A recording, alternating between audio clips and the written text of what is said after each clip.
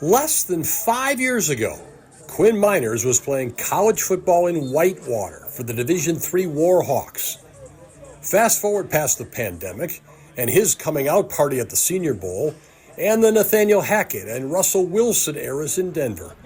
And here's Meinerz, a fixture on the Broncos offensive line. No, I don't do it often or like to do it, but I definitely give myself a little pat on the back of, I've done what I've said I was going to do, and which is worry about what I got to do today and what I got to do tomorrow and work my butt off and give myself an opportunity. And I've continued to be ready for when that opportunity arises. I've spent pretty much my entire life preparing for those opportunities. And so at times there was some luck, but at other times it is when the right opportunity and the right hard work is met together.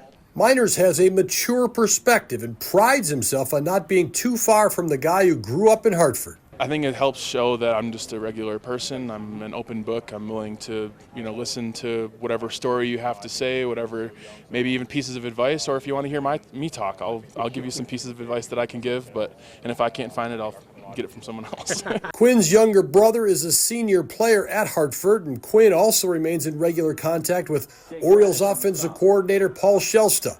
Paul and Christine's daughter Elena is a true friend. She has her own high profile through the Hugs for Elena program. Elena and I kind of loosely text back and forth.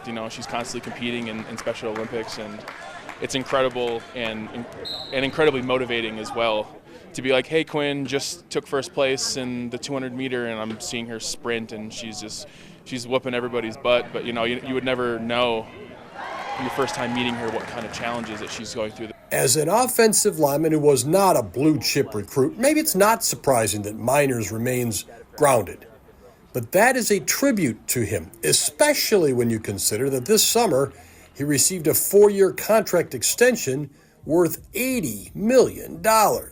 It provides that long-term comfort that I think all professional athletes want to secure. I'm very lucky and fortunate to have gotten into the position after playing in the NFL for 3 years. I put all my eggs in one basket. I did not graduate from Whitewater. I put everything into this, and so for it to have that security is really nice. To be honest, I feel more pressure to work harder. So that's where I feel it, to be honest. A lot has changed for Meinerz in a short period of time. But what hasn't changed is the approach he took to get here in the first place. In Denver, Tim Van Voren, Fox 6 Sports.